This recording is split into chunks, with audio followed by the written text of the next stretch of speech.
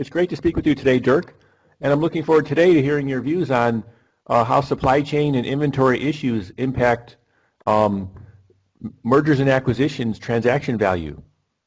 So that's great. It's good talking to you too, Dustin. Sorry. Great. Can you first provide a brief background of yourself? Sure. I'm with the Vant Group. We're a mergers and acquisitions advisory firm here in Dallas, Texas. We specialize in mergers and acquisitions in the small and medium business space and also the lower end of the middle market. So what does that mean? We handle businesses with revenue size from $1 million to $25 million in revenue. We handle M&A transactions on the buy side and the sell side. We do business valuations. We help raise capital for growth or acquisitions, and we also have an operations consulting practice, mostly targeted with helping businesses get ready for sale on the operating side or for just running their business and growing it and things of that nature.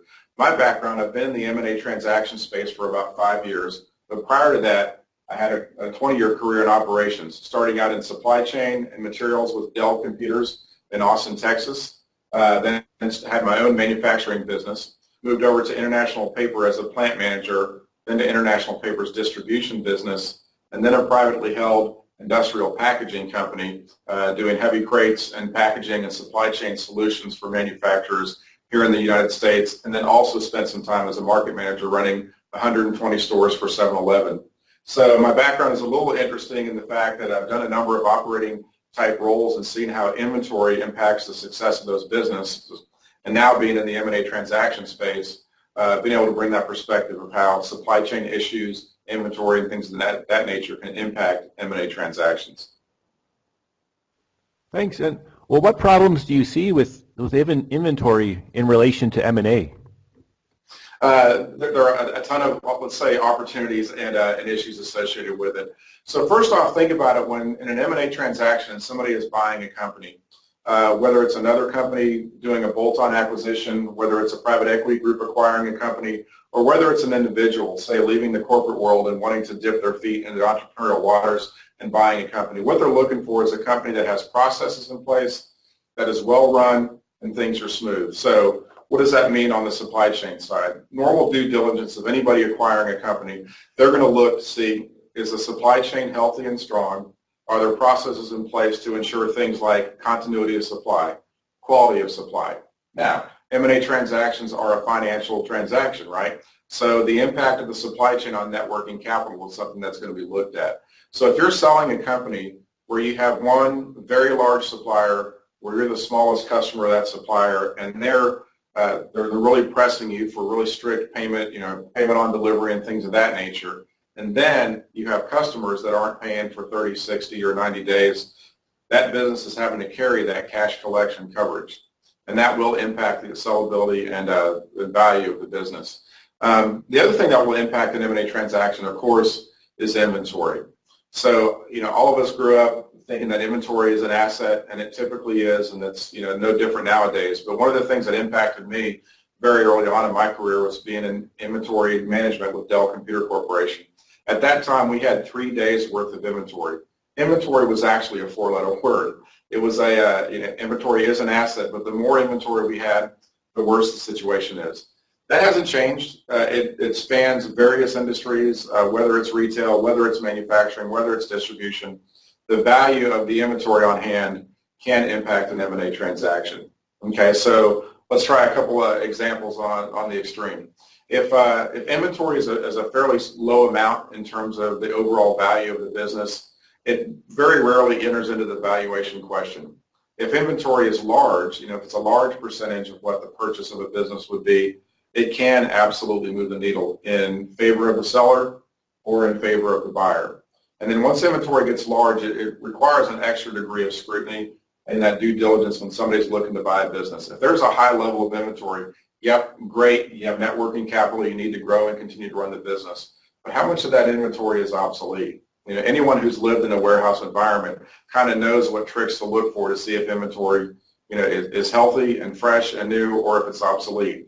Is there corrugated dust on the boxes? Are there multiple stickers on the boxes from the past, 3 or 4 years of commodity counts? Those types of things.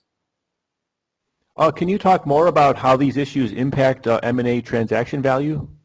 Sure, exactly. Let me give you an example of a client that we have today. Like I said, we work in the small and medium business space as well.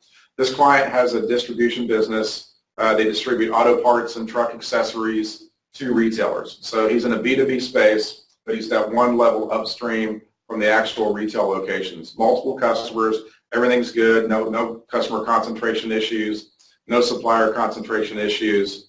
The seller is hoping to net $5 million. Like I said, we're in the small and medium business space.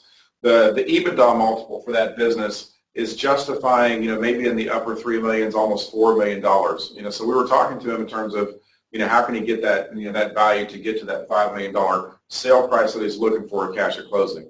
Well, we turned to inventory. He has over $1.5 million in inventory. So we dug deeper into that next level.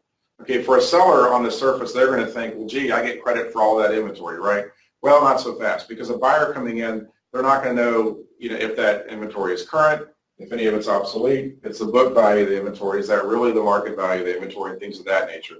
But because that business, the inventory is such a clear, clean story in terms of what is needed for the operation of that business, and because of the records that he keeps of his inventory, and even spot checking the inventory, if a buyer were to do that, they would see that everything is categorized right, inventory control procedures are in place, all the payables are being managed, all the processes are in place, so he's absolutely able to get credit for that inventory and get that sale price that he's hoping for.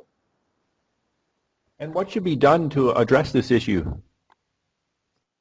So for any seller of any company, you should absolutely look at all of your processes, all of your procedures, and whether it's manufacturing, whether it's payroll, whether it's financing. The more a buyer is able to walk in and see clean, clear, crisp processes, and inventory is no exception, the better the sale is going to go, for the seller. So just, things that your listeners probably know about good inventory disciplines.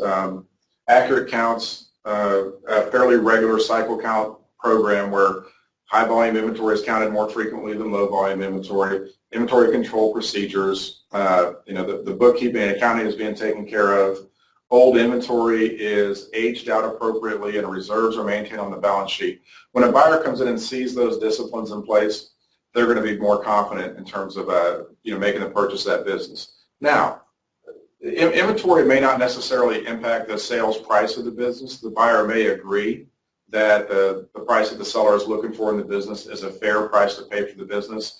However, the more questions the buyer is having to ask and is having to answer, the more uncertainty it's delivering into their process. And inventory is one of those things that, if you're running it appropriately, there's going to be a ton of questions a buyer is going to have about the business. Try not to set it up to where they have questions about those things, because when buyers have questions about businesses and processes, the way that manifests, maybe not in the sale price, but in the terms. So there may be less cash at closing that the seller is going to get. The buyer may ask for more participation on the seller's part in terms of either seller financing, a seller note, or earnout, to where the seller's compensation is paid over time, depending on the performance of the business, including in areas like inventory. And do you have any examples of success? Sure. That example I just told you about with that auto parts distribution business is a great example of success. Because, like I said, sellers will often assume that the buyer is going to give them absolute credit for their all parts of the net working capital equation. They're going to give them credit for 100% of the accounts receivable, understand they're going to decrement all accounts payable, and get credit for 100% of the inventory. Buyers are often in no mood to give clear, clean credit for those types of things, but this guy, because he had the processes in place, the inventory level connected with the story of how he goes to business, absolutely a success story. Well, thank you, Dirk, for sharing today on this topic. My pleasure. Enjoyed it.